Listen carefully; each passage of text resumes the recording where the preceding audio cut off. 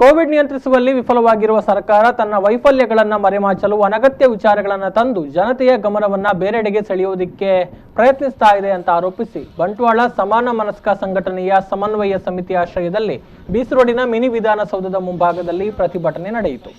ಸಮಿತಿ ಅಧ್ಯಕ್ಷ ಪ್ರಭಾಕರ ದೈವಗುಡ್ಡೆ ಅವರು ಮಾತನಾಡಿ, ಕೋವಿಡ್ ಸೋಂಕಿತರು ಹಾಗೂ ಕ್ವಾರಂಟೈನ್ನಲ್ಲಿ ಇಡಲಾಗಿರುವಂತವರಿಗೆ ಸೂಕ್ತ ವ್ಯವಸ್ಥೆಯನ್ನ ಕಲ್ಪಿಸದೆ ಸಂಕಷ್ಟಕ್ಕೆ ಈಡು ಮಾಡಲಾಗಿದೆ. ಇದಕ್ಕೆ ಆರೋಗ್ಯ ಇಲಾಖೆ ನೇರ ಹೊಣೆಗಾರರಾಗಿದೆ ಎಂದು ಆರೋಪಿಸಿದರು. ಇನ್ನು ಐದು ನಮ್ಮ ಪನೊಂದಿಲ್ಲ ಈ ಒಂಜಿ ಅಸಂಘಟಿತ ಕಾರ್ಮಿಕರಿಗೆ ಕಾವಡು ಅಥವಾ ಕೊರೋನಾ ವಾರಿಯರ್ಸ್ ನಕ್ಲೆ ಕಾವಡು ಅಥವಾ ಇನ್ನು ಆರೋಗ್ಯ ಕಾರ್ಯಕರ್ತರ ನಕ್ಲಿಗೆ ಸರ್ಕಾರದ ಆ ಒಂದು ಕೆಲಸಕ್ಕೂ ಸಂಬಂಧಪಟ್ಟದಿತ್ತಿನ ಅಕ್ಲಿಗೆ ಸಾಮಾಜಿಕವಾದ ಭದ್ರತೆ ಅವಡು ಒಂದು ಸಹಾಯಧನ ನಕ್ಲಿಗೆ ತಿಕ್ಕದಿ. ಇನ್ನು ಬೀಡಿ ಕಾರ್ಮಿಕರು ದಕ್ಷಿಣ ಕನ್ನಡ ಉಡುಪಿ ಜಿಲ್ಲೆಯ ಲಕ್ಷಾಂತರ ಬೀಡಿ ಮಜೂರಿ 2 ತಿಂಗಳು ಲಾಕ್ಡೌನ್ ಸಮಯಡು ಅತ್ಯಂತ ಕಷ್ಟಕ್ಕೆ ಒಳಗಾದ ಬೀಡಿ ಕಾರ್ಮಿಕರು. ಪ್ರತಿಭಟನೆಯಲ್ಲಿ ಸಂಘಟನೆಯ ಮುಖಂಡರಾದ ಬಿ ಶೇಖರ್, ಪ್ರಕಾಶ್ ಶೆಟ್ಟಿ, ರಾಜಾ ಚಂಟಿಮಾರ್, ರಾಮಣ್ಣ ವಿಟ್ಲ ಮೊದಲಾದವರು ಹಾಜರಿದ್ದರು.